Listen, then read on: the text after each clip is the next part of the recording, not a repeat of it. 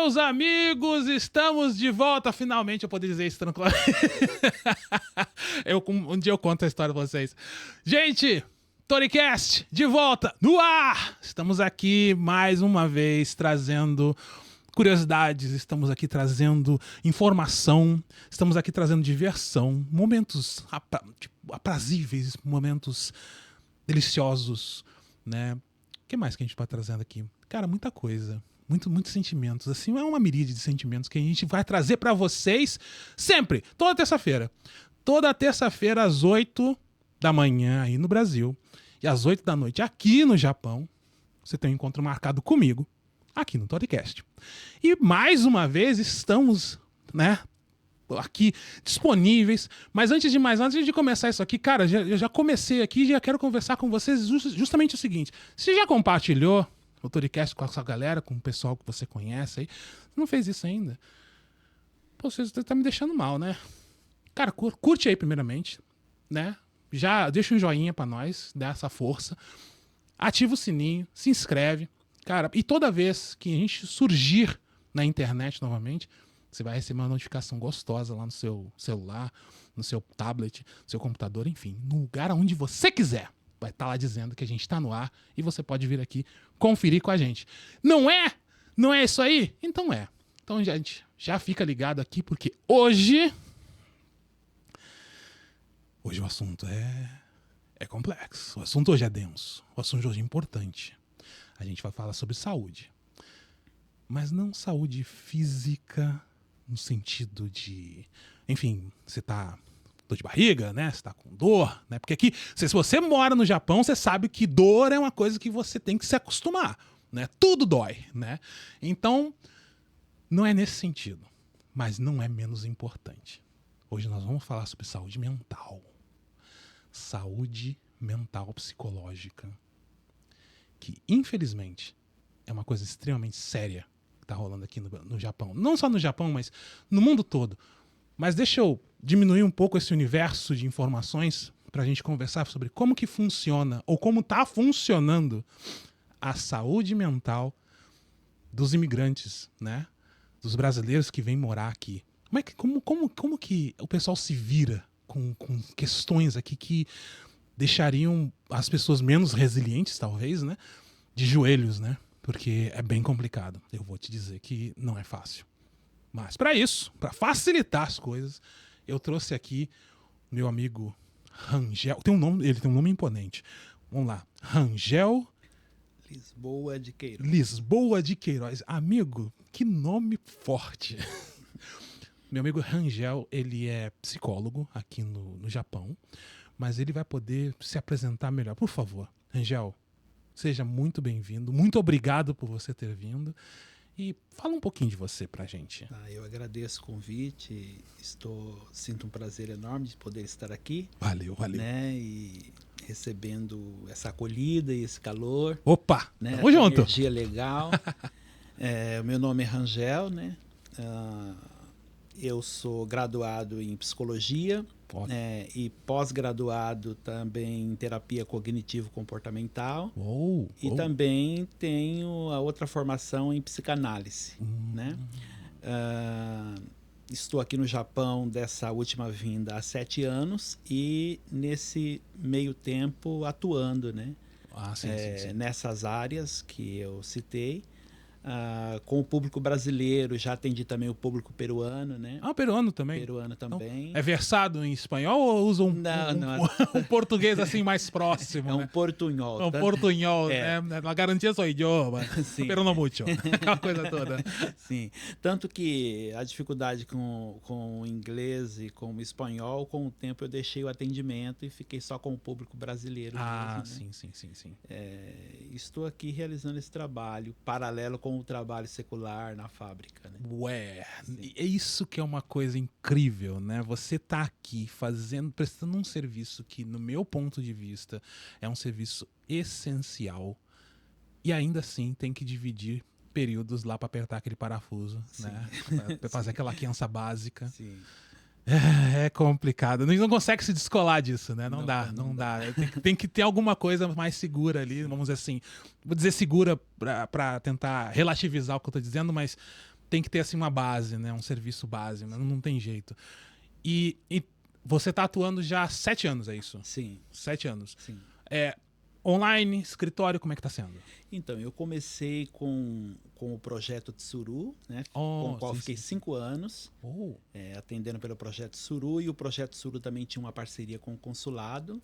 Eu fiquei sabendo disso. Sim, o consulado ele patrocinava atendimentos, então eu prestava esse atendimento para o pessoal do consulado através dessa portaria que era o Projeto Tsuru. Nossa, legal. Durante esses 5 anos eu fiquei atendendo fisicamente com um ponto, uma sala num determinado prédio, né? Nossa, legal. E tinha toda a clínica montada num estilo psicanalista que... Divanzão, aquela coisa? Uau!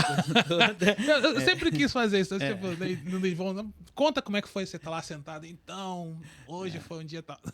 Hoje em dia tá mais para online para mim, mas assim, funciona do mesmo jeito. E com o aparecimento do Covid-19, que foi meio que abrindo essa modalidade de atendimento, do qual para as pessoas que trabalham com a psicanálise era uma coisa que até achava que não ia dar certo, né?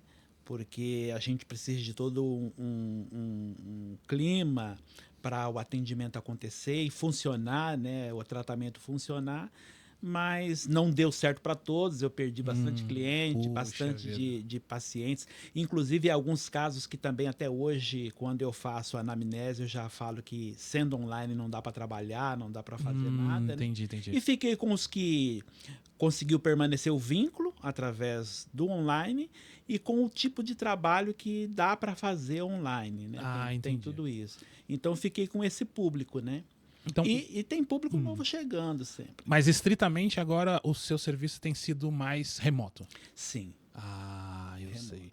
É que realmente também, e eu acho que pode facilitar, lógico, para quem deu certo, vamos dizer assim, por conta dessa vida que a gente tem dúbia, né, de trabalho e, enfim, para ir numa clínica para a gente fazer essa análise pode ser um pouco difícil para algumas pessoas e amplia bastante o teu escopo, né, vamos dizer assim, de atendimento, vamos dizer, no sentido de você consegue captar pessoas mais distantes, né, para poder... Sim. Eu acredito que, bom, pelo menos assim, é bem mais prático. Porém, né, como você mesmo disse, a psicanálise, ou não, a consulta psicológica, ela precisa de um clima, né, de um ambiente, né. Eu imagino, ainda mais assim que a gente sabe quando a gente faz aquela imaginação do que é um consultório de psicanálise, de psicologia, né. Você precisa, tem aquele divã, né, aquela coisa toda, o cara vai anotando, né, pelo menos assim, meu pensamento, tá, tipo, grosso modo, né, aquela coisa toda, mas assim, e como que tá sendo a sua vida nesse sentido, entre trabalho e o que tá demandando mais? Você sente que você poderia, vamos dizer assim, lidar mais não, assim, dedicar mais essa área aqui no Japão, visto a crescente de pessoas te procurando? Sim, aqui desde o início eu recebi diversos estímulos, alguns convites também para o trabalho, digamos, integral com a psicologia, principalmente dado a necessidade, né? Sim. É uma necessidade grande e a demanda de procura é à medida dessa divulgação do trabalho na época. Sim. Porém, eu acho que só aqui no Japão, principalmente, sobreviver só da clínica, da psicologia... É complicado. No patamar de vida que eu tenho aqui para manter é um pouco difícil, né? Aí acaba virando uma alternativa, sim, porém não é a principal, né? Sim, porque também é muito incerto, né? A clínica, ela vai depender, não depende de mim, não depende do paciente, então depende desse setting terapêutico, ou seja, esse clima que é criado desde o primeiro contato, né? Então é a partir daí que o psiquismo do paciente vai se dispor a um vínculo ou não. Então, às vezes, a pessoa vem uma vez, não volta, vem 3 vezes, não volta, às vezes fica 1 ano e para. Então, não é um público... Eu tenho um público que está comigo já há 6 anos, por exemplo, e assíduos semanais, né? A psicanálise, ela propõe o atendimento 2 vezes semanal para você ter uma noção. E eu tive que remodelar tudo isso no contexto japonês, porque para alguns é semanal, para alguns é de 10 em 10 dias, é quinzenal, é mensal, né? Então eu também tive que reorganizar as teorias, a forma de trabalho para se adaptar aqui. Então, em termos financeiros, para que eu possa me manter, é um pouco instável, né? Para quem tem compromissos fixos, né? Justamente, né? Mas assim, como você mesmo disse que o consulado estava preocupado com isso, né? Sim. Então esse projeto Tsuru, ele é um projeto do consulado ou é um projeto que foi, vamos dizer assim, financiado juntamente com o... O projeto Tsuru é um projeto que tem também presta o atendimento psicológico, também com nutricionista, né, orientações também de enfermagem. Eles têm várias modalidades de trabalho, mas ele é digamos assim, uma organização pessoal, né, que a diretora é a Lilia Mishima, né, junto com o esposo, o Eduardo Mishima, e o consulado, como se disponha com essa preocupação com a comunidade a oferecer uma ajuda para que o serviço seja prestado, sim. É feito anualmente uma triagem entre as pessoas que estão prestando serviço para saber quem vai ficar com essa verba, né? Entendi. E o projeto Tsuru, ele foi por muitos anos liderando, sempre ganhando, e aí vinha a verba para pagar o atendimento para se tornar gratuito àqueles que não têm condição, né? Acesso, porque a psicologia, a psicanálise ainda é uma ciência elitizada, né? Não é para qualquer um em termos financeiramente, justo. para estar custeando, né? Não, e hoje em dia, né, não somente pós-Covid, mas nas atualidades, acredito que isso também esteja, de certa forma, inerente à questão que nós hoje somos uma sociedade muito mais imediata, com muita coisa. Sim. Né? Comunicação, por exemplo, poxa, você consegue informações muito rapidamente, né? Então os seus estímulos são muito mais são mais ampliados hoje em dia. Eu não sei até em que nível isso afeta a gente, mas de certa forma há uma grande modificação em cima disso aí. E, bom, isso acabou levando nossa sociedade aí a sofrer os males de estresse, ansiedade, né? E são coisas que não é uma patologia, de certa forma, mas o diagnóstico é muito difícil. E muitas pessoas acabam relevando esse diagnóstico para outras coisas, né? Tipo, o famoso deixa disso, né? Aquela coisa toda. Sim. Então, eu posso dizer assim, por mim mesmo, né? Durante muito tempo da minha vida, eu achava que não precisava, né? Eu consigo lidar com isso, né? Mas à medida que o tempo foi passando, as coisas vão ficando cada vez mais pesadas, né? Mais difíceis de lidar até o momento que estoura, né? Então, quando o pessoal te procura, é mais o pessoal da prevenção ou o pessoal que já está num estágio de eu não sei mais para onde ir, o que eu faço, né?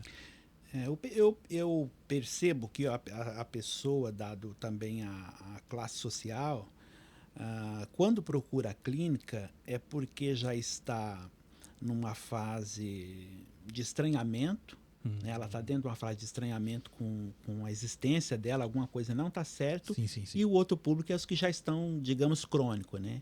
Dificilmente alguém vem preventivamente. Mas a classe de elite, sim, né? A psicologia acompanha o casal que vai casar, acompanha a mãe que se tornou gestante, acompanha toda a gestação, o filho nasce, vem a mãe com o filho segue junto com a mãe e assim vai, anos e anos, né? Agora, a classe média, a classe baixa socialmente falando, elas vêm em demanda do sofrimento, né? Então a pessoa quando vem à clínica já existe um sofrimento, né? Isso é incrível, né? Como a condição social influencia. Sim. Né? O influencia não é a questão do alcance, mas o pensamento do que você precisa ter acesso àquilo, você precisa procurar algum auxílio para literalmente te dar um direcionamento, né, em questões que são totalmente internas, totalmente particulares, né? Então, assim, você tem, vamos dizer assim, tá, como você mencionou, classe média baixa, só quando você já está numa situação já de emergência que a pessoa está indo procurar. E que geralmente essas classes, né, social média para baixa, e principalmente a baixa, elas não vão priorizar esse tipo de atendimento, esse tipo de assessoria, né? Sim. Então ainda tem muito aquele mito de que isso é conversa de mesa de bar, é conversa de roda de amigos, e a conversa terapêutica, o atendimento terapêutico, psicanalítico, ele funciona totalmente diferente, né? Nada contra e não desmerecendo, e tem também os seus benefícios, mas diferente de uma conversa de mesa de bar, de roda de amigos, de parentes. Então, o atendimento ele tem todo um alicerce para que possa surtir efeito, e então a escuta terapêutica ou a fala terapêutica, ela foge um pouco desse senso comum de que é uma conversa como estamos tendo aqui, eu e você. Sim. Né? E as pessoas não vê ainda também a importância, porque aquilo não tem uma evidência física. Quebrei um osso, tem uma lesão aqui, tá doendo aqui, o raio-x descobriu tal coisa, e agora exige a minha atenção, exige que eu volte as minhas finanças para esse tratamento. Então a gente está falando de um tipo de, como você falou muito bem na abertura, de um tipo de questão que é mental. Né? Não é físico do ponto de vista anatômico, biológico, ela é mental, de uma natureza mental.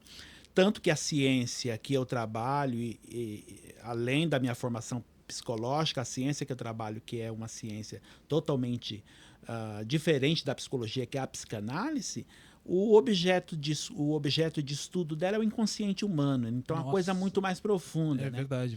Porque Freud vai fazer uma analogia com o iceberg, né? Então, ele vai dizer, a ponta que está para fora do oceano é o nosso consciente. Agora, toda aquela montanha de dimensão imensa escondida debaixo das águas é o inconsciente. Então, a clínica psicanalítica, ela trabalha com o inconsciente humano, não é com o que está evidente, com o que está óbvio, com o que está aparente. E a gente só costuma se guiar justamente aquilo que está na nossa frente, né? Que está na direção dos nossos olhos, né? Ou então, pelo menos, que nos permite observar, né? Então, assim, enquanto a gente puder observar, a gente vai ter uma reação, vai ter um estímulo. Agora, a questão mental, você... assim, basicamente, né, a maioria das pessoas só vai ter essa preocupação quando aquilo passar a chegar a um ponto de ser observado. E aí já está num momento já crítico da situação. Sim, né? Porque o sintoma vai ter que virar esse fenômeno observável, como você está falando, né?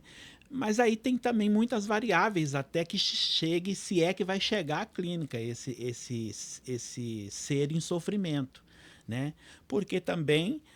com todo respeito e sem nenhum desmerecimento, muitos vão atrás de outros caminhos, como a religião, né? Algum amuleto, algum encantamento, alguma coisa desse sentido, como uma alternativa de resolver aquele problema. Né? O alento vem justamente da criação da pessoa, né? Tipo, bom, muita gente, logicamente, aquela coisa... o atendimento psicológico, né, a psicanálise em si, ela é um serviço, antes de mais nada. Antes de mais nada. Né? Então, sendo um serviço, ele precisa ser remunerado, né, precisa ser pago, aquela coisa toda. Mas aí tem lá aquele cidadãozinho, né, tipo, de vida humilde, né, o cara tá com uma situação ruim, tal, não sei o quê. Família extremamente religiosa. Não, reza um Pai Nosso aqui, ou então fala com fulaninho de tal que ele faz uma reza para você, ou então assim, deixa de procurar um caminho mundano para procurar respostas no superior, né, numa coisa assim mais próxima da religião dele pela crença, né? É bom? Eu não sei, assim, tipo, pode ser para questão da fé, né, como é que funciona para cada pessoa tem sua forma de pensar, mas assim, como diz o meu irmão, né? Todo mundo precisa de psicólogo. Todo mundo precisa fazer uma análise em algum nível, em algum momento. Né? A gente, como você mesmo falou, em diversos aspectos, em diversos momentos da nossa vida, a gente tem uma condição de ter essa avaliação, ter essa análise. Você casou, né? Tá vivendo a dois, já é uma mudança de vida, né? Uma mudança mental, vamos dizer assim, de pensamento, de comportamento.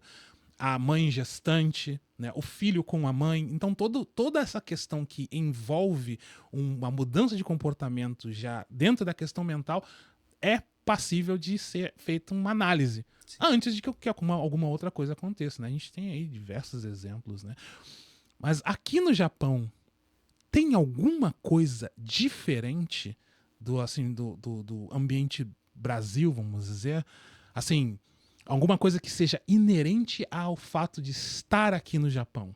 Nesse sentido de, eu estou procurando auxílio psicológico. Tem alguma coisa que você consegue pontuar que, cara, isso é passível porque você mora aqui, porque aqui o Japão te propõe isso,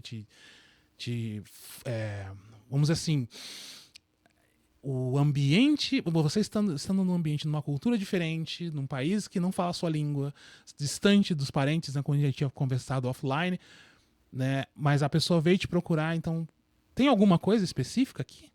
Tem sim, inúmeras, né? Eu poderia citar, principalmente em questão cultural falando, haja visto a gente já ter morado nas duas culturas ou ter uma relação com as duas culturas, o distanciamento, digamos assim, humano em relação ao afeto, ao toque, ao carinho, à proximidade que está desde o social à estrutura familiar nipônica, né? E quanto mais essa geração, eu estou falando aí de uma geração, por exemplo, Nisei, que já é um tronco da geração Issei, ou seja, de um japonês nativo, há uma repercussão que a gente vai pensar numa ancestralidade para trás, de ancestrais de criação que vem sendo repetida Sim. em cada geração,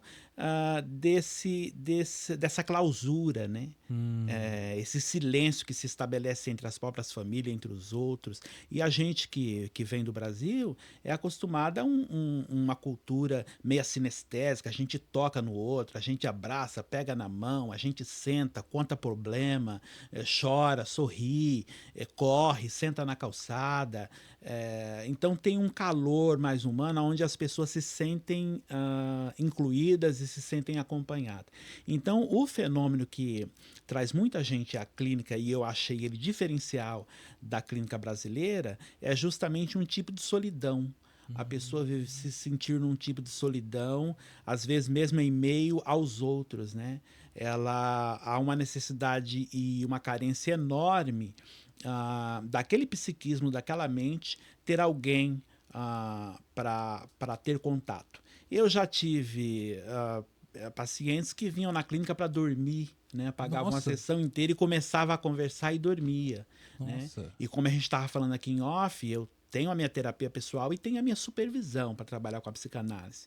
E aquilo, por exemplo, era novo para mim, me incomodou muito na época, e a minha supervisora falou assim, você já se deu conta de que talvez ele consiga dormir tão bem aí no seu divã, né? Então tem pacientes que vêm para conversar, tem pacientes que vêm, às vezes o foco dele nem está na dor que o trouxe. Né? A dor é o fenômeno latente, mas o que está por trás, o que está no inconsciente dele é essa angústia de estar só. Né? Bem, porque é a nossa condição humana, nós somos desamparados e só. Né?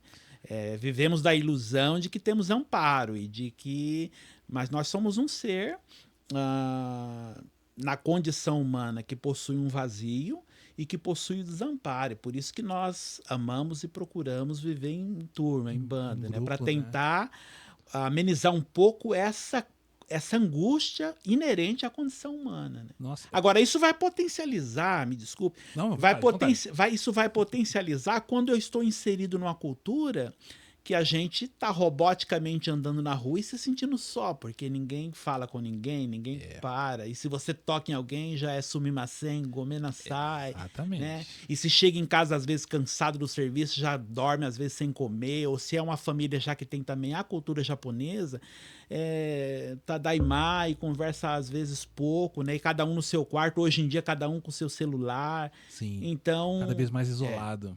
Então, uma vez eu dei uma entrevista para uma repórter da UOL, ela procurava saber, do ponto de vista psicológico, o que está enchendo hoje os patincos, né, os cassinos. Então, eu fazia um recorte por aí, de que as pessoas estão no meio ali, diversas variáveis, é lógico, levando ele àquele tipo de comportamento vicioso, mas muito deles é distração para a solidão, que vive, né? A solidão que eles passam aqui nesse país. Eu fico, na verdade, assim, estarrecido, sabe?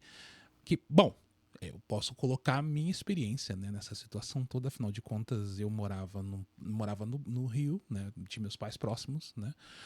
Meus irmãos também muito próximos, né? Aquela questão familiar. Meus amigos também muito próximos. Então, assim, até comento isso com a minha esposa. A minha casa era sempre muito cheia, né?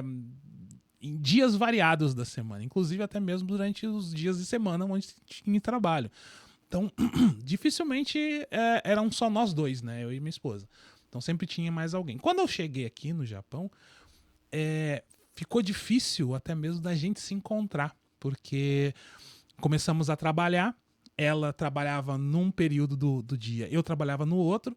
Quando ela voltava para casa para descansar, eu estava indo trabalhar. Então tinha semanas, isso bem no início, né, que a gente não se encontrava. Então, assim, eu chegava sempre a casa vazia.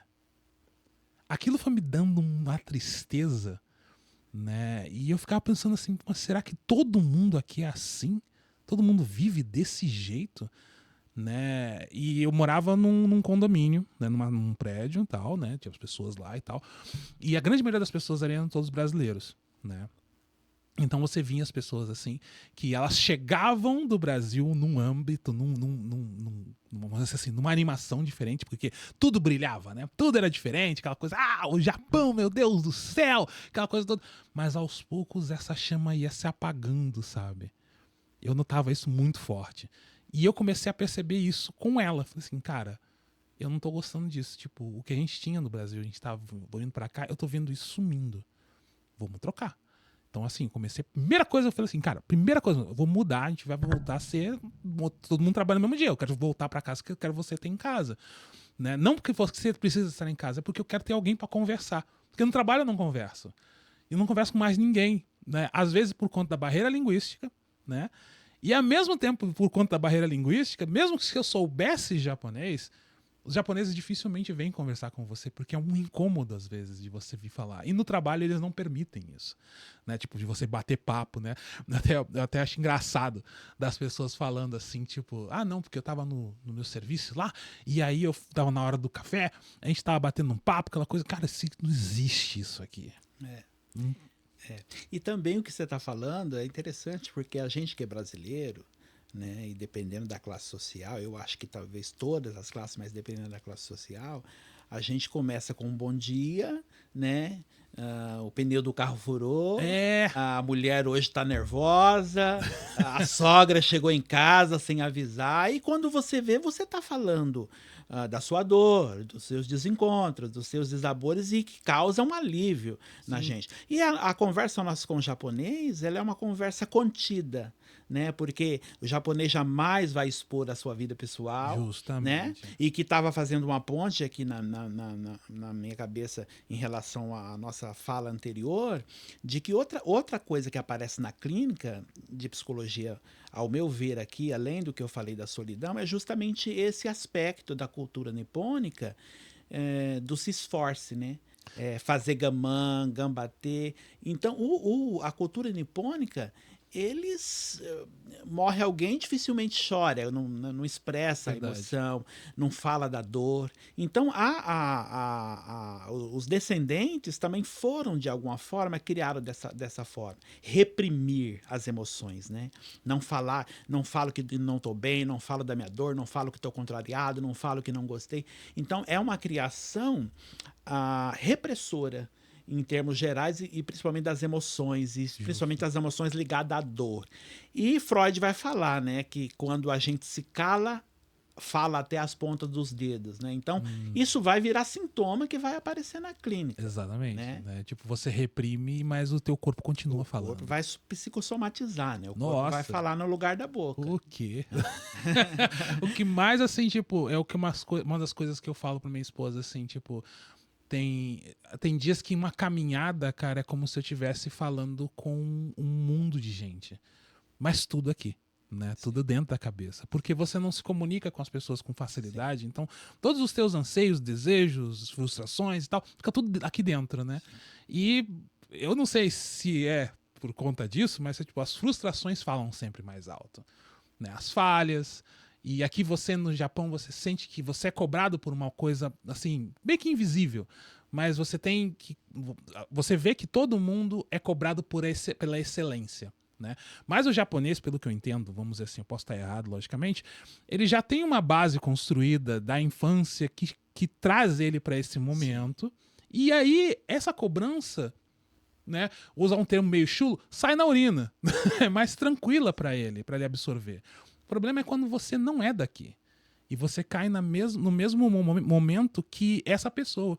E essa cobrança para você, ela se torna uma coisa totalmente diferente. E eu diria que esse tranquilo que você disse, eu diria que nem tanto, porque nós estamos num país de uma taxa de suicídio enorme. Ok, né? muito então, obrigado. Então, nós temos aqui uma história de suicídio histórica, né? Se você for ver e for pesquisar.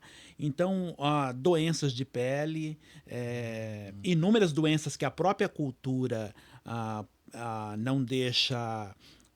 aparecer, né? Você não vê nos hospitais aí que você vai, nas clínicas que você vai, pessoas com algum tipo de transtorno psicológico. Isso é levado de forma oculta, né? Mas do fenômeno maior aqui é o desaguar dessas questões psicológicas que, reprimida, como você diz, e sim, uma taxa tem condição psíquica para aguentar esse tranco repressor, mas isso vai desaguar no suicídio, né? Que a gente tem uma taxa enorme. Eu não vejo com facilidade, dos poucos japoneses que eu conheço, eu não vejo... Na verdade, dos poucos que eu conheço, nenhum deles. Assim, tipo, eu tenho consulta com psicólogo. Eu acho que eu preciso fazer terapia. Nunca ouvi falar isso. Na verdade, teve numa ocasião que eu havia comentado com um deles sobre, como que funcionaria terapia aqui? Porque eu tava à procura, né? Aí ele, cara, eu nem faço ideia. Tipo, não sei, né? Tipo, nunca precisei, aquela coisa toda, né? Tipo, mas não tem terapeutas aqui. O termo terapia, que para nós a gente sabe que já é inerente à terapia psicológica, né?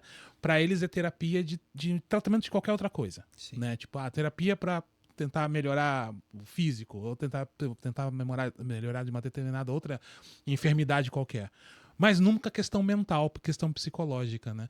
Então, assim, da mesma forma, achei muito engraçado, que o gambatê é o de você se esforçar para você dar o seu melhor, é uma pressão, de uma certa maneira também. Funciona, na verdade, com uma via de duas faces aí, né, de duas lanes, de também te pressionar. E como você escuta o tempo todo isso, não, se esforça. Tipo, tá com dor, se esforça. Né? Não, tô passando mal.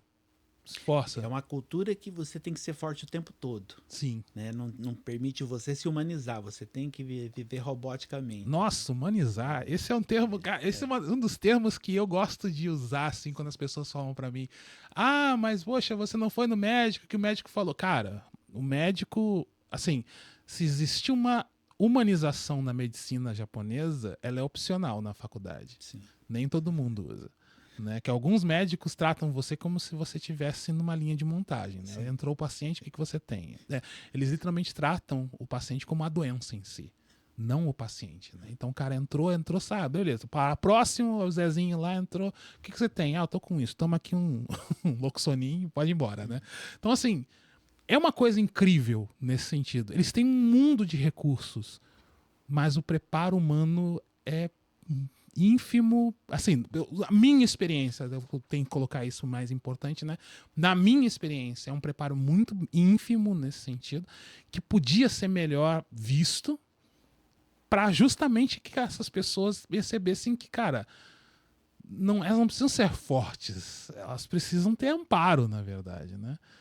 E, cara, é incrível como que funciona o mundo pra cá nesse sentido, assim, tipo, o quanto a vida aqui impacta na questão mental, né? Tipo, bom, antes de mais nada, como que você escolheu essa... Porque, cara, é difícil. Desculpa, é difícil.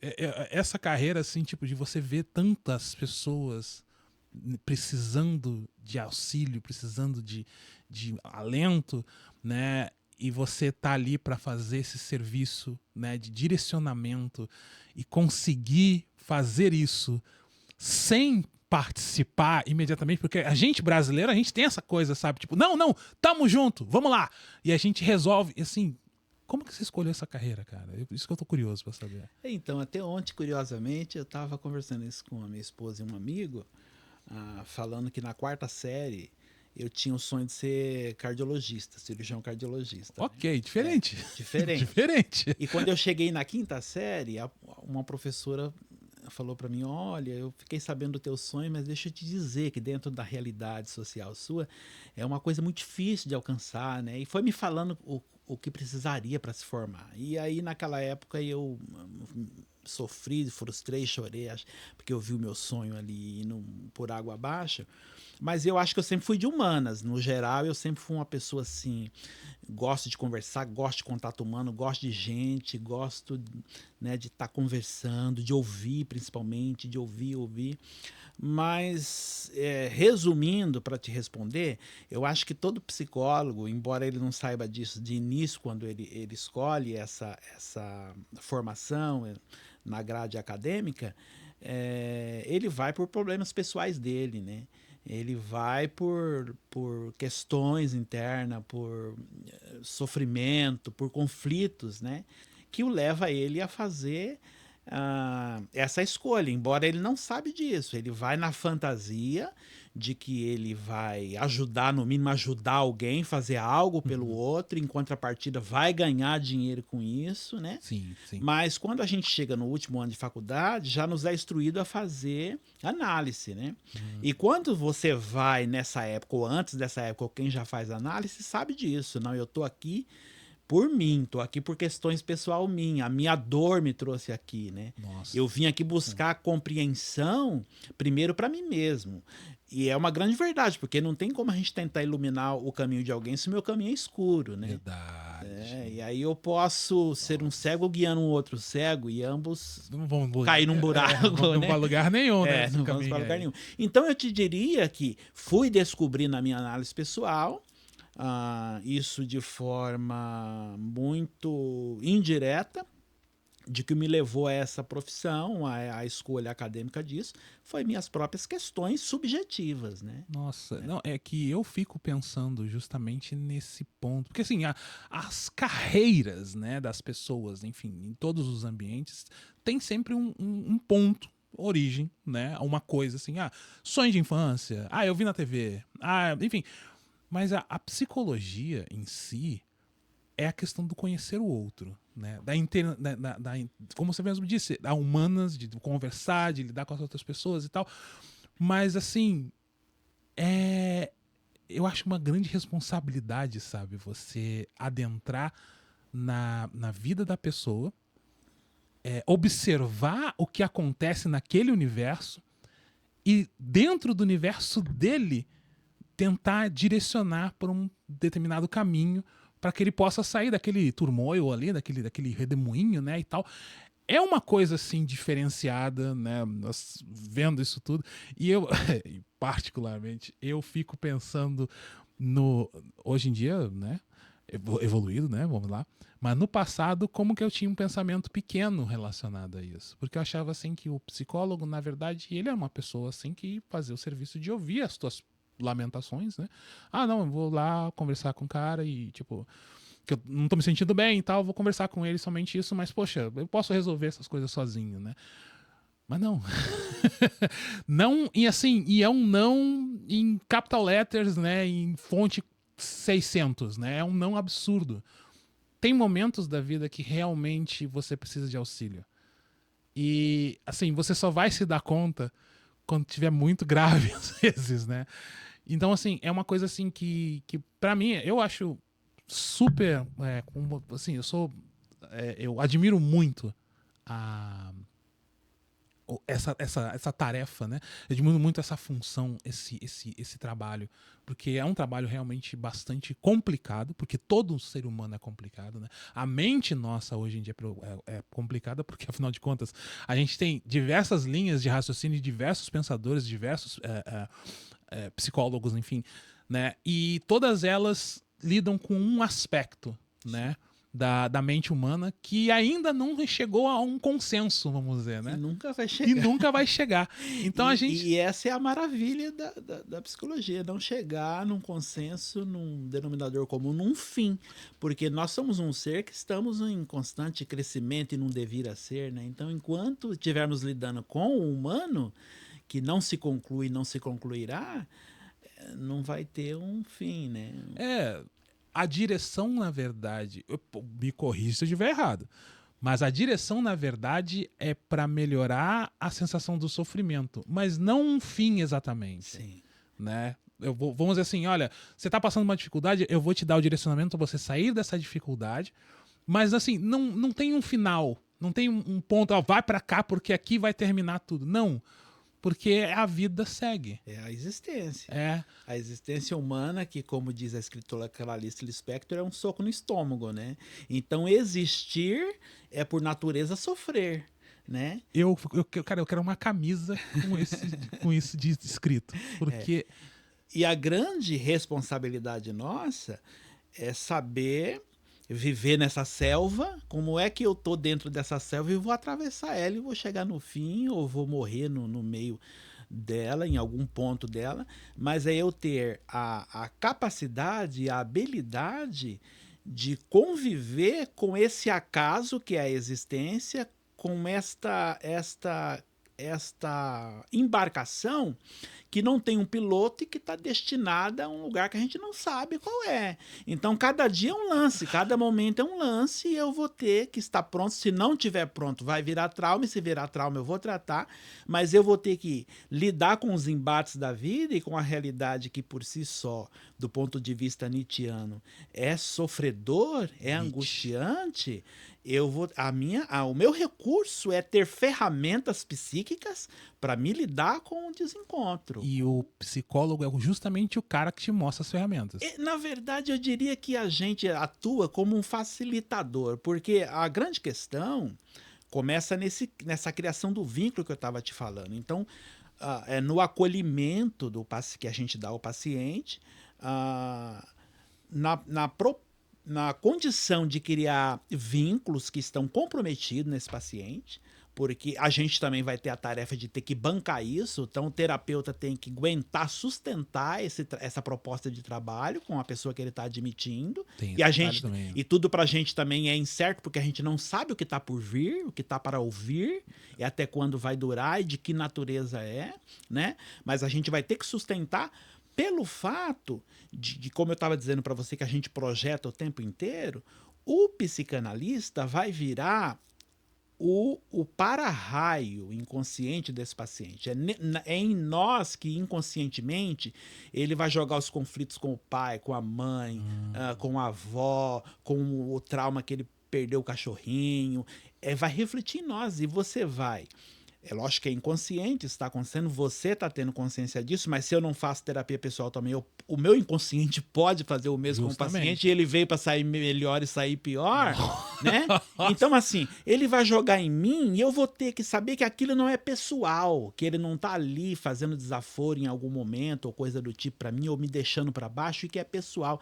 Ele está jogando em mim, inconsciente, essa dor, é um novelo que está totalmente embaraçado e eu vou, através do amor terapêutico, do acolhimento, ajudar com que ele mesmo vá pegar esse novelo e vá enrolando novamente, organizando novamente, até ser um novelo de lã bonitinho, enroladinho, porque ele chegou com aquilo tudo bagunçado, né?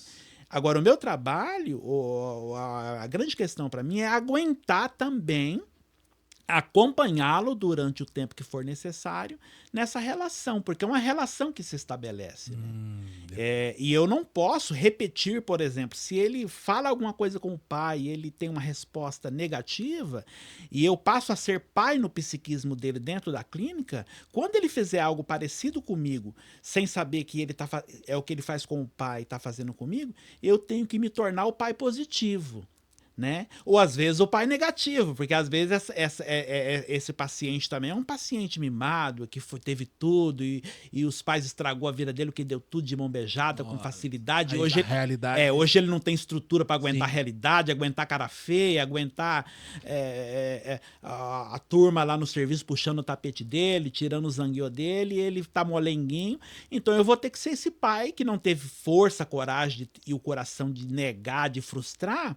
Eu vou ter que fazer esse papel de frustrar ele, de dizer, olha, hoje a terapia só é 30 minutos, né? Olha, o pagamento vai subir um pouquinho. Eu quero atendimento na terça eu não posso, né? Porque ele vai ter que aprender que não é do jeito dele, não é no tempo dele. Que assim, vamos dizer, você coloca os limites. Os limites.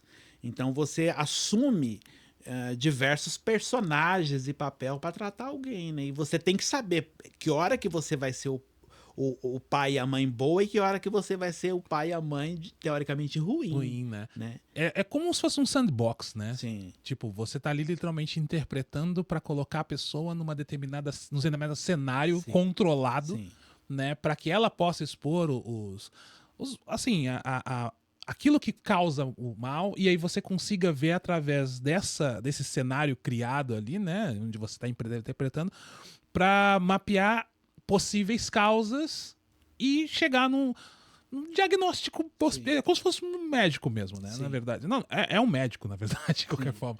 Mas assim, mas é a única forma de você conseguir encontrar as origens do problema de uma coisa que é comportamental, é mental, vou dizer efêmero, mas assim, no sentido de que não é palpável, tátil, né? Então, assim, é incrível isso. E a gente tem uma citação em psicanálise que diz assim: enquanto o inconsciente não tornar consciente, o inconsciente vai governar a tua vida sem que você saiba. Então eu trabalho com o inconsciente. É preciso saber, eu decifrar através de uma escuta comum e uma escuta analítica, porque eu estou ouvindo o discurso dele e ao mesmo tempo eu tenho que ouvir com um segundo ouvido, que é o ouvido de analisar. E isso não é como muitos veem com a fantasia de que dois atendimentos ele vai sair. Se vai sair, porque a gente não tem garantia de nada que vai sair curado ou resolvido, a gente não tem garantia de nada. Mas ele vem com a fantasia de que aquilo é rápido, é logo, né? Então isso é um trabalho e um processo, né, que você vai escutando até que você, de alguma forma, consiga acesso a esse conteúdo inconsciente para que você possa, não é falar assim, já sei o que você tem, saquei o que é isso e isso. Não, você vai sacar quanto analista, mas você vai fazer isso cortando volta, discreto e oculto para que ele caia em si, ele se ouça. Então, tem muita hora que ele fala assim, eu me dei conta que eu falei tal coisa, tive que a gente chama de insight, né? A ficha caiu para alguma coisa. Nossa, será que se eu mudar tal coisa eu não melhoro? A gente tem aquela impressão de que, como é uma questão médica, você vai prover a solução. Mas, na verdade, a solução provém dele. Dele, está nele, tudo está na pessoa, a solução está nele. Você vai chegar para conseguir ver esse escuro, conseguir ver esse inconsciente e devagarzinho você ir acompanhando ele, porque é um processo de acompanhar. Você ir acompanhando ele, embora tendo noção e clarividade do caminho, enquanto ele está tateando no escuro emocional dele, mas você vai fazendo técnicas também. Olha, me fale mais sobre tal coisa. Você já se deu conta disso? Por que você repete isso? Né? Por que isso aparece? Aí chega uma hora ele fala, nossa, isso é parecido com o meu pai. Reflexivo, na verdade. Né? E aí é a grande questão. A psicanálise freudiana vai dizer, quando a pessoa então tiver o insight, ele tiver a consciência daquilo, acontece a transformação. Né? Começa a se transformar, porque tem coisa que não é curar, é mudar. Peraí, eu vou mudar a direção. E mudança também é outro processo difícil, né? Sim, Então, sim, sim. terapia, do ponto de vista da clínica psicanalítica, é longo, é processual, né? Não, então, eu fico pensando justamente nesses trabalhos todos que você tem tido com os seus pacientes, e é um trabalho, na verdade, nunca se sabe assim, olha, a gente vai começar aqui hoje, daqui a 6 meses, né, tá tudo certo, né, ou então, não, hoje é o início, Sim, e vamos ver, sim. né, na jornada eu vou estar com você, né, aquela coisa toda, eu vou estar te acompanhando, e para conseguir fazer com que a gente encontre a solução, né, para fazer com, na verdade, que você encontre a solução, vou estar ali justamente para te dar esse auxílio, né? Agora, estando aqui no Japão, o Rangel consegue melhores recursos para poder agir dentro da tua área? Ou é a mesma coisa que seria no Brasil? Eu acho que é a mesma coisa com um adendo de, digamos, ainda do meu fazer clínico, não sei de outros profissionais, de dificuldade. A gente tem uma dificuldade aqui, por exemplo, como eu estava falando para você, quanto à legislação que permite você fazer o serviço de forma mais ampla, né? Temos a dificuldade da língua, dependendo do público que te procura, e a dificuldade com a prática, né? Porque o nosso conselho de psicologia no Brasil, ele não tem nenhuma autarquia, nenhum domínio, nenhum poder contra nós ou sobre nós ou a nosso favor aqui ou em qualquer terra estrangeira. Então, por um exemplo, a gente for trabalhar com aplicação de testes, um monte de outras coisas, a gente encontra um pouco de dificuldade, que são ferramentas para melhorar o nosso trabalho, né? Sim, sim, sim. Eu, no fazer clínico aqui, o que eu tenho encontrado é um pouco de limitação e de dificuldade em relação ao Brasil, né?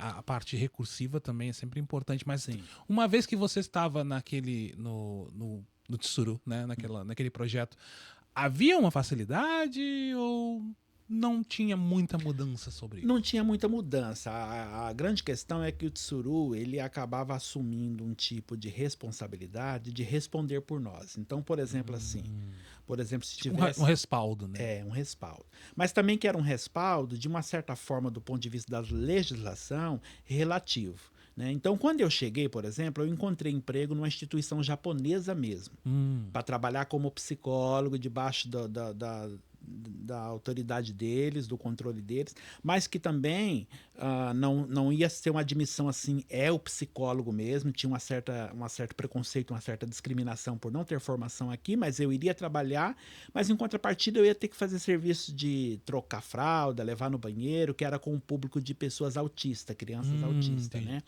E do qual era um salário até bom, mas aí eu não tive o interesse por conta dos outros afazeres que eu ia ter que estar fazendo e deixei, né? Então, assim, tem um pouco de limitação, eu diria até bastante, né? Em termos de você estar na sua nação, dentro de um país que você tem um suporte federal para o que você está fazendo, né? E uma liberdade também da prática dessa formação, desse ofício, aqui é diferente, né? Eu acho assim, que fica. E eu acho extremamente, na verdade, assim, na questão, como nós, sendo imigrantes, assim, eu não vou dizer hegemônicos aqui no Japão, porque existem outras nacionalidades também, que tem mais gente até, né? Tipo, vietnamitas e filipinos, enfim. Mas cabia, de uma certa forma, um auxílio aí governamental, né? Para, pelo menos, providenciar que isso fosse assim, melhor feito, né? Porque uma vez que, como você mesmo salientou, né, me iluminando nesse sentido, né, estamos num país onde essa questão mental, de saúde mental, é extremamente grave, né, com índices de suicídios, eu não tô dizendo, não vou nem dizer os casos extremos, mas imagina outras pessoas que cometem têm problemas, né, cometem, enfim, problemas aí, automutilação, aquela coisa toda, e se colocam numa situação de perigo, né? Quantas pessoas já não devem ter por aí? E nós, brasileiros, estamos aqui, né? E se precisamos de... Hoje em dia tem essa questão, você pode fazer o acesso online, né? Mas há pouco tempo atrás, pouquíssimo tempo atrás, isso não era possível, né? Como fazer para conseguir providenciar que todo um grupo, né, todos os brasileiros que estariam aqui no Japão pudesse ter esse acesso, né, fácil a um acesso, no caso, à psicologia, né, ao auxílio psicológico, porque eu, particularmente, acho muito difícil conseguir exprimir determinadas coisas em outra língua. Né? Por exemplo, assim, eu consigo falar inglês, né? Eu até procurei psicólogos aqui que falassem inglês. Mas mesmo eu conseguindo falar inglês de maneira até muito bem, não querendo falar, porque realmente para chegar nisso demorou bastante, eu ainda não consigo passar tudo, eu não consigo exprimir tudo, né? A língua nativa é importante. E eu acho que seria bem legal se eles ajudassem, né, a vocês, no caso, profissionais nessa área, a ter uma certa... Sei lá, o Brasil e o Japão têm diversos... como é que eu posso dizer? Diversas alianças em diversos âmbitos, né? De âmbito, enfim, de taxas, taxas não, como é que chama? Por exemplo, você consegue colocar o teu tempo de trabalho lá no Brasil, tendo trabalhado aqui. Né? Tem vários acordos em diversos âmbitos. Eu acho que isso também podia virar um acordo, podia virar alguma coisa que facilitasse vocês trabalhando aqui, né, desempenhando a função de vocês, mas tendo a égide deles, né, no caso. Sim, e eu penso que por trás disso deve ter um conceito político e filosófico também que, de repente, dificulta. Então, acho que as autoridades políticas, ou a política e a própria política de saúde, com base num país milenar como o Japão, por que ótica que eles veem isso, né? O suicídio ou o sofrimento humano, as questões psicológicas. Mas o que eu vejo em geral, não tenho muito conhecimento, o que eu vejo em geral é esse lema do se esforçar, né? Reprimir. Eu não me conecto a essa emoção negativa porque isso vai me deixar de cama, isso vai me... Então eu tenho que reprimir a si mesmo, eu tenho que... Então você vê que muitos japoneses, por exemplo, deixam a casa, vai para uma cidade distante e se suicida para não ser vergonha ou problema para aquela família. Justamente. Né? E às vezes, para essa família, de repente isso é até honroso. Eu estou até me livrando de um problema. Estava dando dor de cabeça mesmo, então terminou. Agora, a gente que vem do Brasil e um país que tem, por exemplo, uma subjetividade, na sua subjetividade, um país que tem, por exemplo, a religião cristã, né? Que é essa coisa de uma empatia, do amor, do socorro, aquela coisa toda. Sim. A gente tem uma outra forma de sofrer, uma outra subjetividade. Tanto que você vê, por exemplo, o japonês cai na rua, a gente já vai pelo instinto ajudar a levantar. Sim. Né?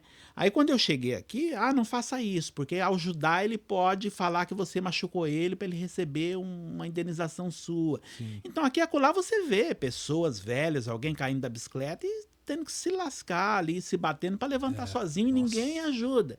Então nós temos uma cultura que, com certeza, eu acho que alcançar o que você está falando tem uma dificuldade enorme, porque a gente também é um estrangeiro aqui, vai se tornar de alguma forma financeiramente um problema para o governo, para custear isso, abrir essa portaria, e precisa saber se isso é uma questão que eles consideram. Haja visto que eles levam no peito, ou tenta levar tudo no peito. Né? Nossa, mas você parar para pensar numa condição dessa assim, tipo, cara, é saúde.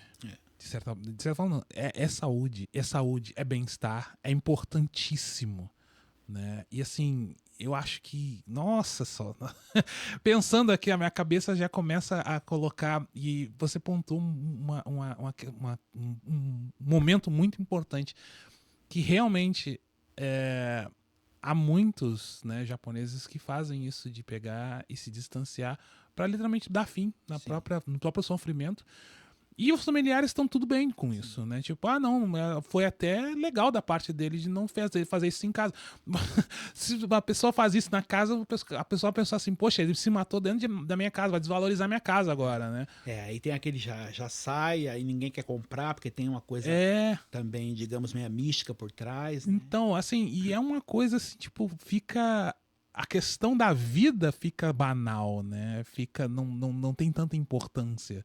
E até eu me esqueço agora o nome, mas tem até uma floresta para qual onde eles Aokigahara. Porque, por exemplo, se se joga lá na frente do trem, a família tem que indenizar o tempo que o trem parou, as pessoas que estavam dentro do trem, pagar para limpar o trilho. Então, até para morrer, existe um certo critério, né?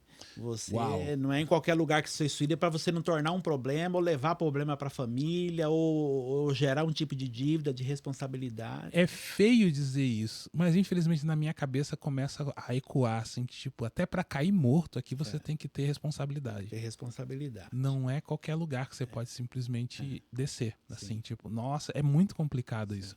E agora você pensa assim, a gente, né, nós brasileiros, vindo de oriundos, né, de uma outra civilização, vou conversar assim mais sério, né, de uma outra civilização aonde a gente tem uma empatia muito maior pelo outro, né? Às vezes, assim, até é demais. Sim, até demais. Às vezes até um pouquinho além. Demasiado. Mas a gente, vamos deixar isso como qualidade hoje, né? Sim. Então, assim, essa virada de chave, quando vem pra cá, que você simplesmente isso desliga, e aí você passa a viver num mundo mais frio, né? Onde o contato humano é menor, onde você é cobrado por determinadas coisas que são invisíveis aos seus olhos, mas assim, você no primeiro momento que você já chegou aqui, você já tem essas cobranças todas. E você demora bastante tempo para conseguir se tornar contável para essas cobranças, né? Tipo, você precisa estar sempre no horário. Tudo bem que você precisa estar sempre no horário, mas enfim, no brasileiro tem essa questão assim, não, tô indo, o cara acabou de levantar, né? Então aqui não, aqui tipo, você tem que estar lá no horário, você tem que executar as suas funções com a cuidade, perfeição, né? A exigência da limpeza, a exigência de você estar fazendo sempre o melhor, né? Não importando a sua condição física. O que eu já cansei de ver gente de braço engessado, perna engessada, trabalhando, né? E assim, tipo, se eles nessa condição já é colocado para eles trabalhar, imagina como é que não deve estar o psicólogo desse povo. Sim. Né? Tipo, o psicólogo não, o psicológico desse povo. Tanto que e pior para a gente, por exemplo, o estrangeiro que está aqui trabalhando, não como um funcionário fixo Chain, mas como um Haken, digamos um funcionário temporário, você se dá o luxo de quando você tem o kill poder ser remunerado a sua falta. Mas a gente não tem muito respaldo, por exemplo, vai ter um atestado que você leva lá e você recebe por tantos dias parado, por causa de uma perna que machucou, de uma questão psicológica. Então a gente, principalmente o brasileiro ou o estrangeiro, é que está indo trabalhar às vezes sem condição, né? Às vezes física e quer dirá psicológica, porque se ele não tiver lá os dias em abono, ele literalmente vai perder aquele dia de trabalho ou vários dias de trabalho, que vai fazer uma diferença enorme, talvez na despesa dele daquele mês, né? Eu me coloquei numa situação assim de ficar extremamente estarrecido quando eu, logo nos meus, na minha aurora aqui do Japão, né, cheguei aqui e tal, aí fiquei doente e fui no médico. E aí eu falei, não, então beleza, eu só preciso de um atestado. E aí eu primeiramente fiquei sabendo que o atestado era pago, né? Tipo, você tem que pagar pelo atestado. Eu, ok, então tudo bem, a gente paga pelo atestado, não tem problema, vamos lá. Paguei o atestado. E aí o atestado vem dentro de um envelope fechado, lacrado, ou seja, você não tem acesso ao atestado, né? Eu já falei, opa, não sei o que ele contou aqui, mas espero que esteja contando a verdade, né? E eu entreguei o atestado pros meus contratantes lá, aquela coisa toda, né? Então, beleza. E aí tudo bem, né? Tipo, fica de boa, né? Tipo, com relação às faltas. Não. Sim. E você faltou, já era. E né? só retomando o que você estava falando antes, né? Sim. Hoje a gente poderia dizer que está no paraíso, mas em relação ao que você estava falando antes, numa época em que a comunicação entre quem vinha para cá e quem ficou no Brasil era por carta, Sim. E demorado para chegar, não tinha a internet, e depois quando melhorou era aquele cartão, acho que você não pegou essa época, um cartão Não. de telefone, Eu fiquei sabendo. 1.000 ienes, né? Quando eu vim, me deram um cartão daquele que demorou acho que 10 minutos, um para mim, um para minha esposa, e eu cheguei, fui ligar para minha mãe, eu sei que eu comecei a falar, mas quando eu fui falar que tinha chegado, estava bem, acabou o cartão já. Agora você pensa o quanto 90% de pessoa naquela época era repatriado ou voltava em estado de depressão por conta do choque cultural. Então você tem um choque cultural que você às vezes deixou o filho, a esposa para trás, e você, quando se comunica é por carta, não tem. Aí, para ver o rosto deles, mandava uma foto através de carta também. Então hoje nós temos a internet, tem videochamada, um monte de coisa. A maravilha da tecnologia hoje salvando a mente da pessoa, na verdade. Que facilita, por exemplo, um pouco desse impacto do choque cultural. Você sair de uma cultura calorosa do ponto humano falando para uma cultura fechada, fria, como essa, né?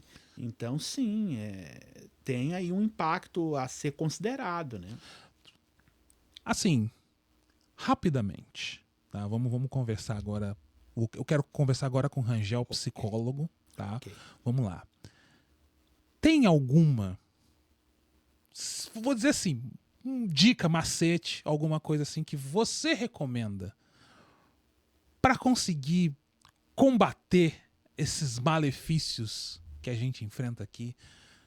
Trabalho, estresse, enfim, essas coisas todas. Tem alguma coisa que quando você está conversando com alguém, sei lá, e a pessoa começa a conversar sobre os problemas totais assim que existem enfim, que a gente está inerente aí, que a gente está disponível para receber aí, tipo, chefe, enfim, filha da mãe, ambientes de trabalho tóxicos porque você é estrangeiro, né? Eu poder passar aqui um tempo aqui fazendo uma listagem enorme. Você ouvindo isso, existe algum momento que você fala assim, gente, olha só, vou te falar, eu sou psicólogo, então eu acho que eu posso te dizer uma dica para você sobre isso. Tem alguma coisa assim? A tua pergunta, eu acho que a resposta dela daria uma tese, a resposta. Ok. De tão profunda e abrangente que ela é. Né? E é lógico que ela, se eu fosse respondê-la, ela ia ser de pessoa para pessoa, de subjetividade para subjetividade, porque cada pessoa sofre de maneira diferente e é impactada de formas diferentes pelo mesmo fenômeno. Né? Então, às vezes, o que está pesando para um não está pesando para o outro. Mas o que eu diria, assim, por cima, é que a pessoa, como diz aquela música, é preciso saber viver. Nossa! Eu acho que é preciso você saber viver, e aí vai englobar a subjetividade, aspectos meio que parecidos em todo mundo, e que eu vejo esse aspecto meio que geral, né? E a gente, em todo mundo, mas não dá para generalizar, cada pessoa é uma, é esse aspecto de pessoas que estão endividadas, o descontrole financeiro, pessoas gananciosas, eu não abro mão de um dia de serviço de jeito nenhum. Então você vai ter que ter uma certa inteligência para saber viver. Em que momento você abandona aquilo e vai para a beira de um rio, em que momento você vai lá no onsen tomar um banho quente, em que momento você faz uma festinha com os amigos e toma uma cerveja, em que momento você tira para dormir, para ter um autocuidado. Hoje eu não atendo telefone, hoje eu não falo com parente, não atendo tanto, não quero saber de empreiteira. Em que momento que você vai sair desse ciclo capitalista e robótico que, principalmente aqui, a gente é engolido, é tragado. Então a gente está num movimento de um automatismo robótico e capitalista, que em todo mundo a gente é um número, mas me parece que aqui eleva ao quadrado esse número, é verdade. Que se você não tiver a condição psicológica de ter essa sacada, hoje eu vou ficar com os filhos, hoje eu vou dar atenção para a família, hoje eu vou no shopping tomar um sorvete, hoje eu vou dar importância de sentar na beira de um gramado e olhar a carpa pulando. Se você não saber viver, você vai ser tragado e levado por esse sistema capitalista, né? Que além de ter os seus benefícios, tem os seus malefícios desde o pós-guerra, né? Exatamente. Então eu diria que é preciso saber viver, né? Nossa, essa expressão, ela me pegou. Ela me pegou forte, porque realmente, assim, tem horas que tudo que a gente quer é de um momento para nós mesmos. Sim. Né, de você, como você colocou assim, tipo, sentar na beira de um gramado para ver uma capa pulando, né? E eu acho engraçado isso, porque o Japão tem tantos lugares muito bonitos para serem vistos. Tem tantos lugares assim que foram criados para serem literalmente sightseeing, né? Lugares para serem vistos, para serem memorizados, para ter uma visão memorável daquilo. mas é uma cultura que determina tão pouco tempo para isso. Porque você precisa produzir, né? E a todo momento você é colocado numa posição em que você precisa produzir e que as pessoas estão contando que você produza.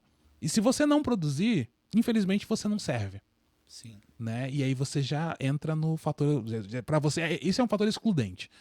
Tipo, vamos supor, como muito já aconteceu, né? Aconteceu isso comigo também uma vez. Fui trabalhar, voltei para casa, voltei para o trabalho no outro dia, voltei para casa. No outro dia eu não fui trabalhar. Por que não foi trabalhar? Não tava me sentindo bem. Tchau.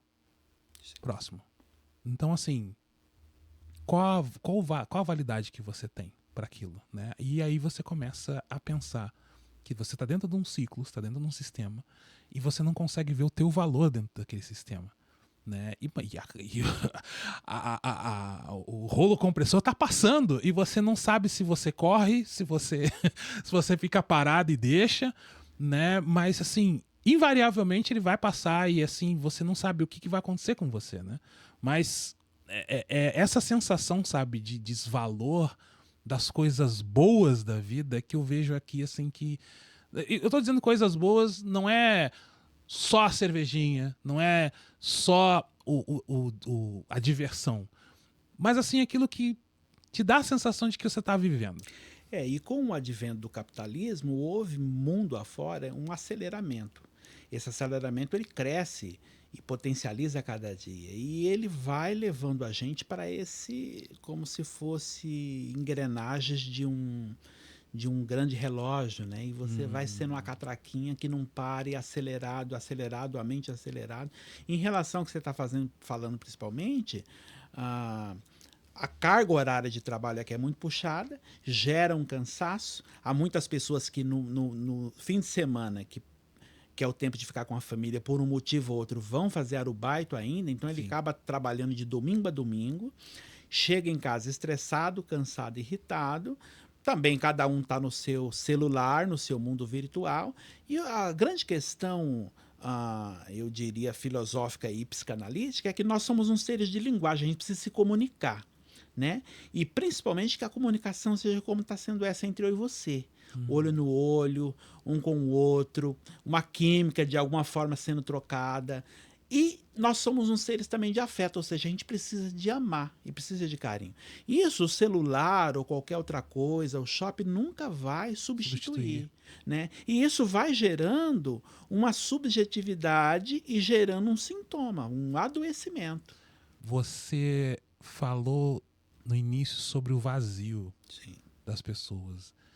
E essa sensação que a gente tem de que essas coisas que parecem que elas estão, assim, que elas parecem que suplantam esse vazio, né? Que na verdade o que mais suplanta mesmo isso é a aproximação das pessoas, é você estando, né, dentro de um grupo, né?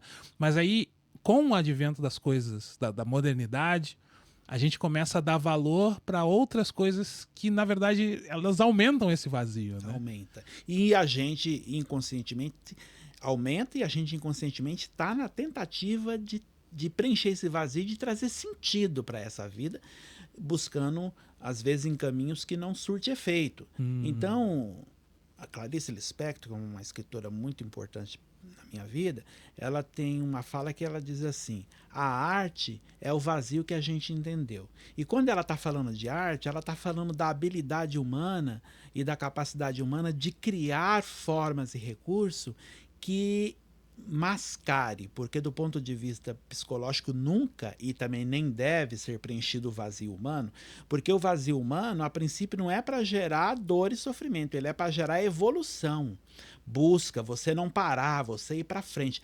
A pessoa, quando não entende isso, ela é então tragada pela depressão, por um monte de outros transtornos, porque ela não tem recurso e psíquico, entendimento, compreensão consciência de que essa é uma questão inerente ao ser humano e que eu preciso sublimar, eu preciso de arte. Estou sentindo um buraco, um vazio, não é comer chocolate, não é ir lá no patinco, não sei o quê. Como é que eu sublimo isso? Vou chamar um amigo para conversar, vou lá abraçar o filho, vou assistir um filme, todo mundo deitado na mesma cama, vou comer pipoca. Às vezes a solução está na coisa mais simples e singela da vida. A solução não, eu diria assim, o mascaramento, amenizar esse vazio, essa cratera dentro da alma humana. E as pessoas estão tentando isso nas drogas, no jogo, no vício, na ganância, em vários caminhos, que não surte efeito e vai virando um loop, uma coisa infinita, e tentativas infinitas de suplantar isso, de amenizar isso ou de sarar isso, né? Então eu diria que a gente precisaria de valorizar essas coisas singelas, a família, principalmente nós, os brasileiros aqui, né?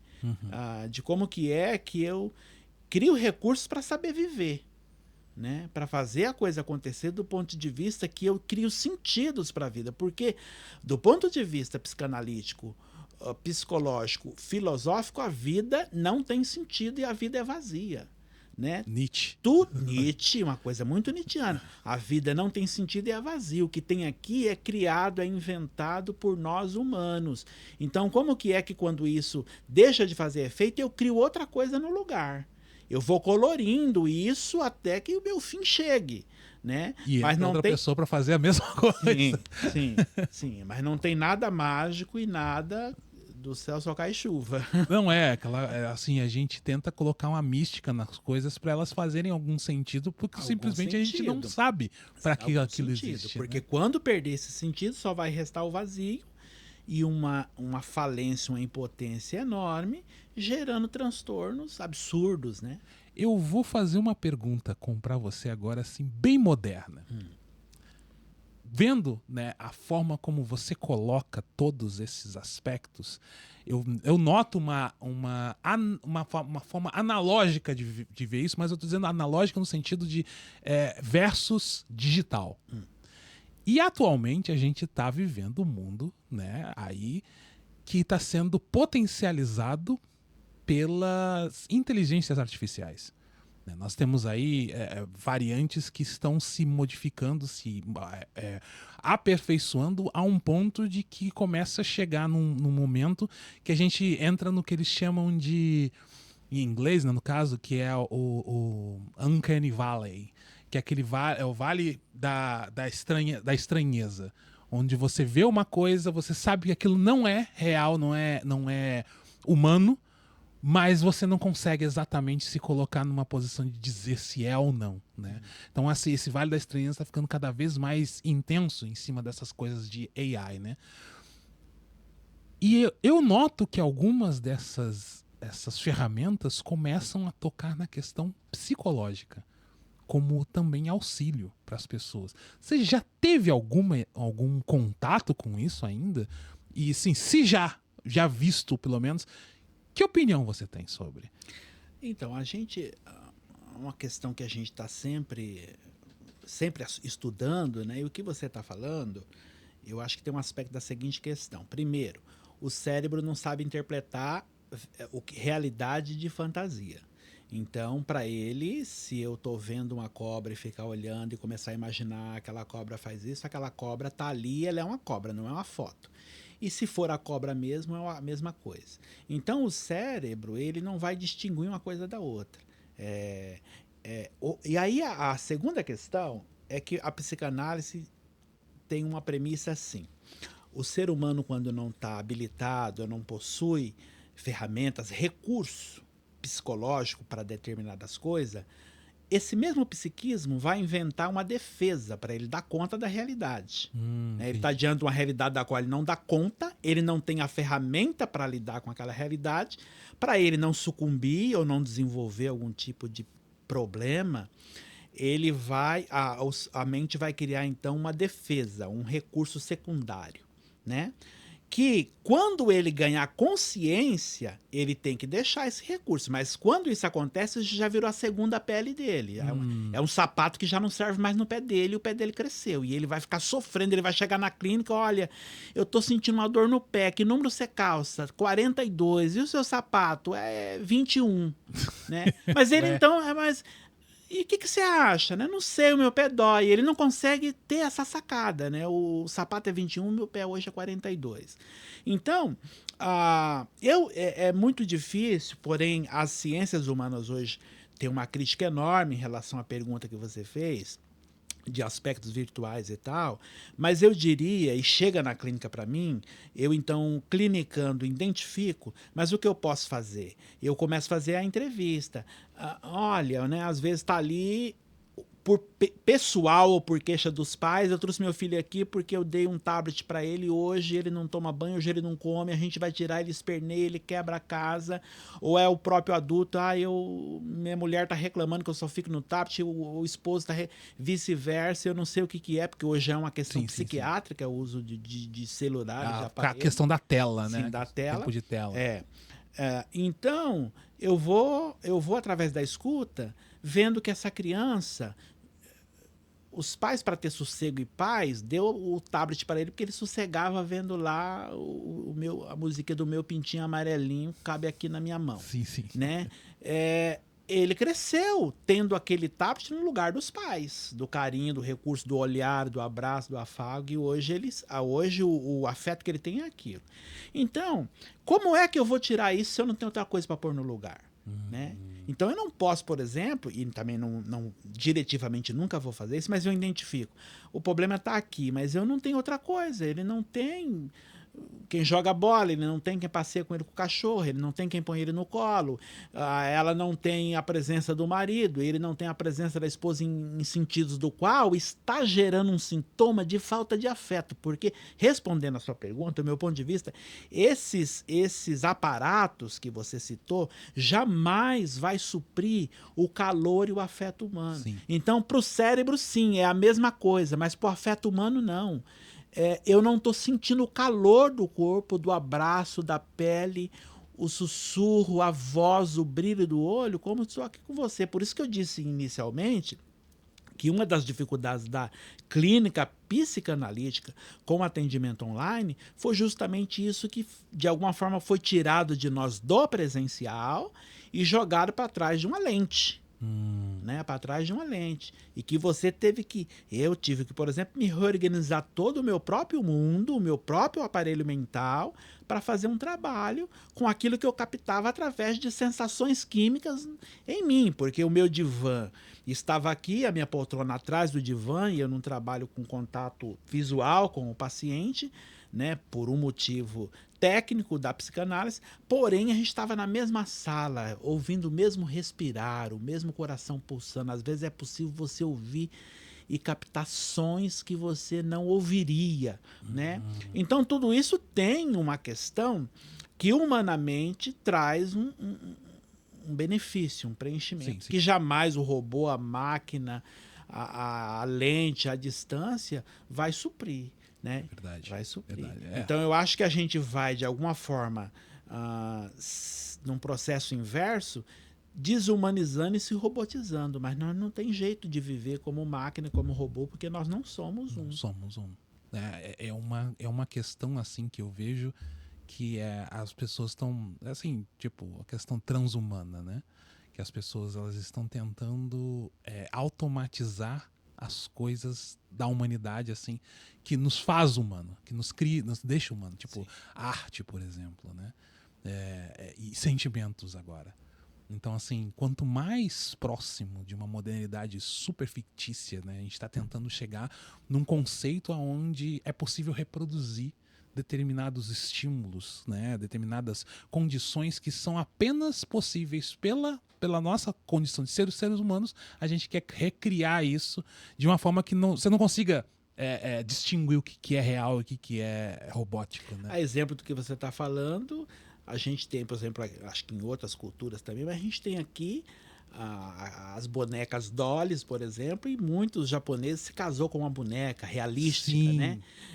Em contrapartida, eu me livro da mulher com DPM, da mulher falando, da mulher querendo cartão de crédito, coisa e tal. Tá, eu me livro dessa mulher, eu tenho uma mulher que não fala e que de alguma forma sexualmente me satisfaz, mas nunca será como a mulher que, sabe, ela possa dar algum nível de trabalho e quem não dá, né? Não, dentro lógico. de uma relação, mas essa boneca nunca vai ser essa mulher.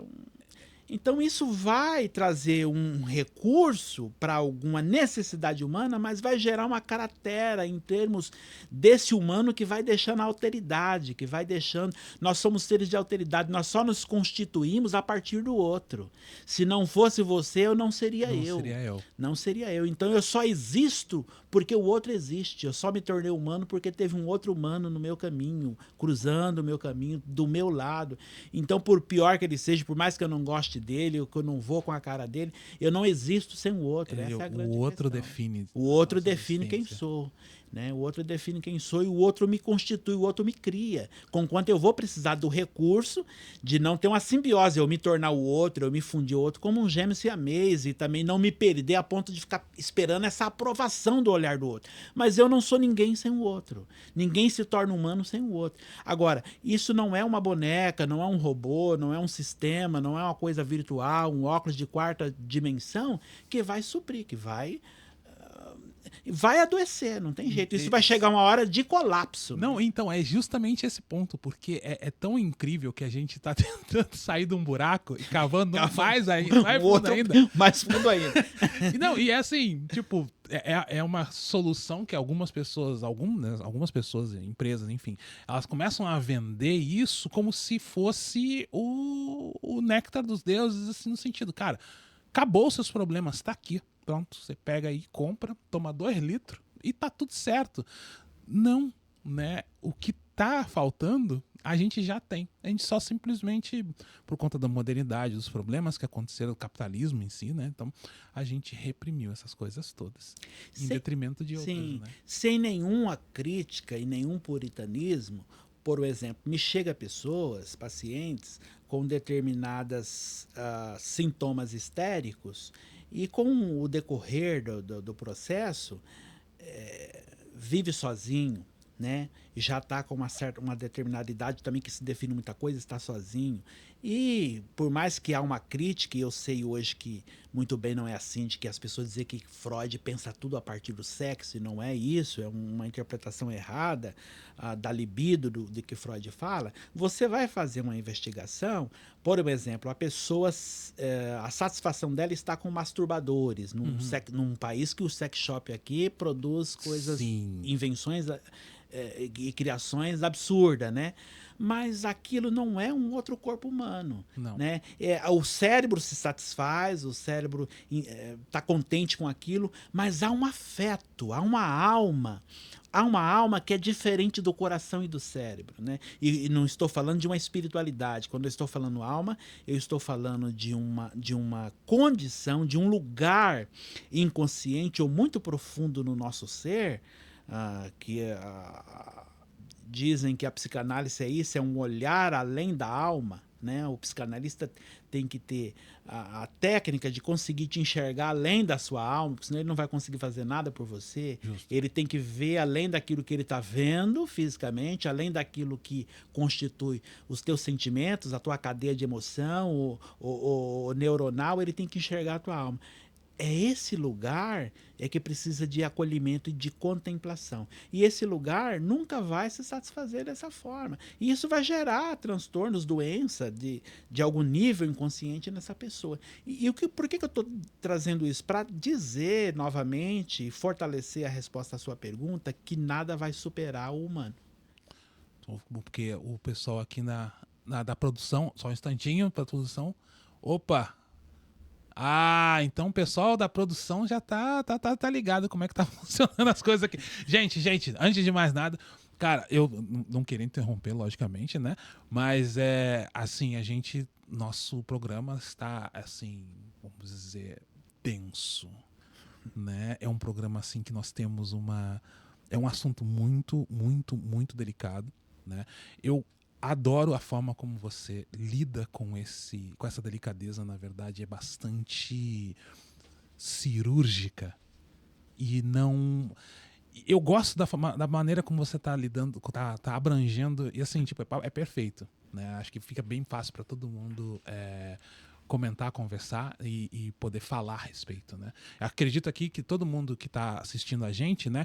Eu espero que vocês já tenham compartilhado, né, o nosso canal aqui e também já tenham inscrito, tá? Eu coloco o sininho aí também. E, bom, vocês sabem, né, como é que a gente está aqui, vocês sabem quando que a gente vai estar sempre aqui no Toricast. Mas, cara, é incrível, na verdade, como que as coisas hoje em dia estão se movimentando, né, como você mesmo falou, e isso é uma coisa extremamente importante aqui, essa questão de sex shops, né, que são... Eu acho assim, até de certa forma, meio banalizada, né, nessa questão, porque tipo, você vê em todos os lugares, assim, até aquelas handbikes, né, aquelas máquinas de consumo automático e tal, que você vai ali comprar um instrumento de um masturbador mesmo, né, e assim, pra eles tá tudo bem, né. Aí, e é um país que tá... Incrível isso. É um país que tá sofrendo uma das maiores baixas de natalidade, né, tipo, no mundo, né? Eu escutei, eu vi na televisão, não, na internet recentemente, num artigo de jornal, que se continuar desse jeito, dessa forma, em 2720, eu acho, é bastante tempo, ninguém vai estar... Talvez a gente consiga um tempo para poder se aposentar até lá, mas assim, 2720 aqui no Japão vai ter uma criança só. Uma criança, e essa criança teria 14 anos. Você tem noção do que é isso? Né? Esse tipo de pensamento em que a sociedade ela vai literalmente encolher ao ponto de uma pessoa tá carregando. E essa criança já vai nascer com a moedinha e saber usar para comprar um masturbador. Exatamente. E aí a humanidade termina com ela o fim. E um masturbador. É o fim. É o fim. Caraca, é horrível. É o fim de uma sociedade inteira, né, por conta de uma masturbada. Enfim, cara, é horroroso, mas olha, Angel, eu te agradeço muito. Antes de mais nada, antes de agradecer, eu quero que você possa conversar com os nossa audiência, né? Essas pessoas lindas que estão observando a gente, estão vendo a gente aqui, né? Nessa conversa que para mim foi impressionante. Assim, como você já é o catedrático da coisa, você já é a pessoa profissional, eu acredito que a gente possa conversar bastante sobre isso. E outros assuntos também, que não sejam tão inerentes à questão imigrantes. Mas eu deixo esse momento para suas palavras finais, para você conversar com os nossos convidados, não, nossa audiência, sobre o que você quiser dizer, fica à vontade. Ok, bom, eu quero agradecer à audiência, né, e ao pessoal que está em casa nos assistindo. É uma satisfação e dizer, como psicólogo, diante de qualquer dor humana, de qualquer dor existencial e que muito natural a pessoa pode se sentir perdida, desesperada, você procurar ajuda, né? Procurar... Há sempre um caminho, uma saída, uma possibilidade de ajuda, de recursos na superação de inúmeras coisas, né? Principalmente com as ideações suicidas, que é um tema muito hoje presente, muitas pessoas aí no desespero e na dor, findando com as suas vidas, mas procure um profissional de saúde mental diante de também algum tipo de sintoma, outros aspectos que se pareça com algum transtorno. Procure o quanto antes, né? Começar, de alguma forma, priorizar a saúde mental, valorizar, reservar um dinheirinho que vai ser um investimento importantíssimo na vida de qualquer pessoa que nos assistindo, ou dentro desse tema, ou fora dele ou não. Talvez a gente não consiga abranger a problemática humana de quem está nos vendo, mas seja qual for a situação que se constitui para você um obstáculo, uma dor, uma limitação, procure ajuda, procure um profissional de saúde mental, porque você tem tudo para superar e encontrar uma luz no fundo do túnel. Isso, profundo. Gostei. Muito obrigado. muito obrigado mesmo pelas palavras. Eu acho que as pessoas realmente elas precisam dar mais importância para essa saúde também. Né? Existem 3 aspectos que as pessoas falam aí, né? Que é a saúde física, mental e espiritual. Sim.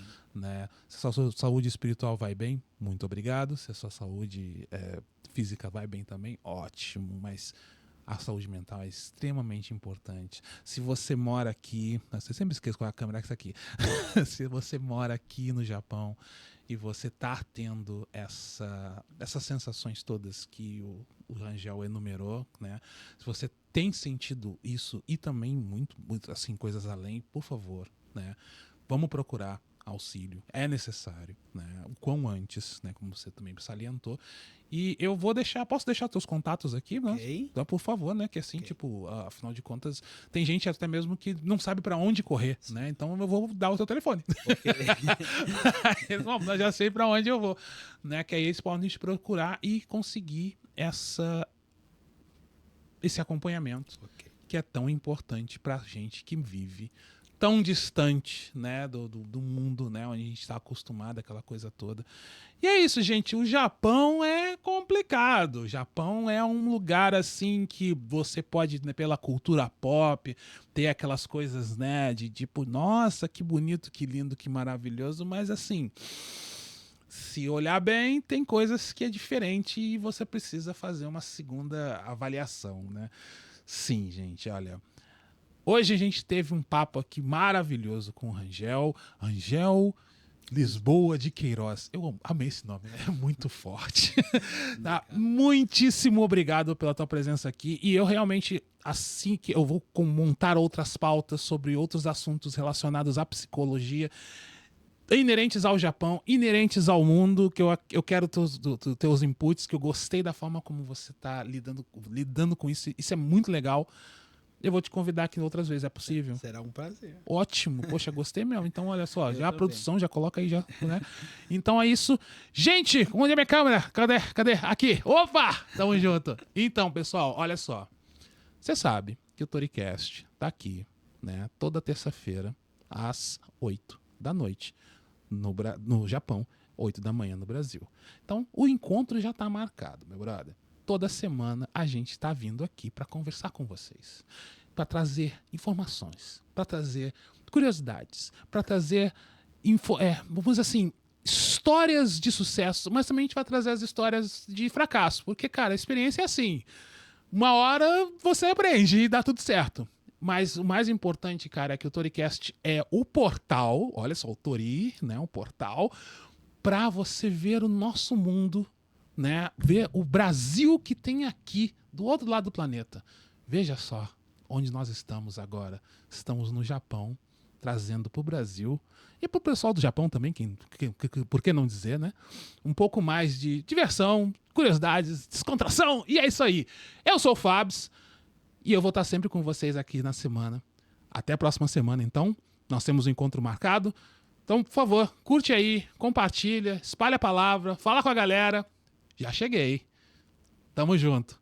Valeu, pessoal. Até a próxima. Até a terça-feira.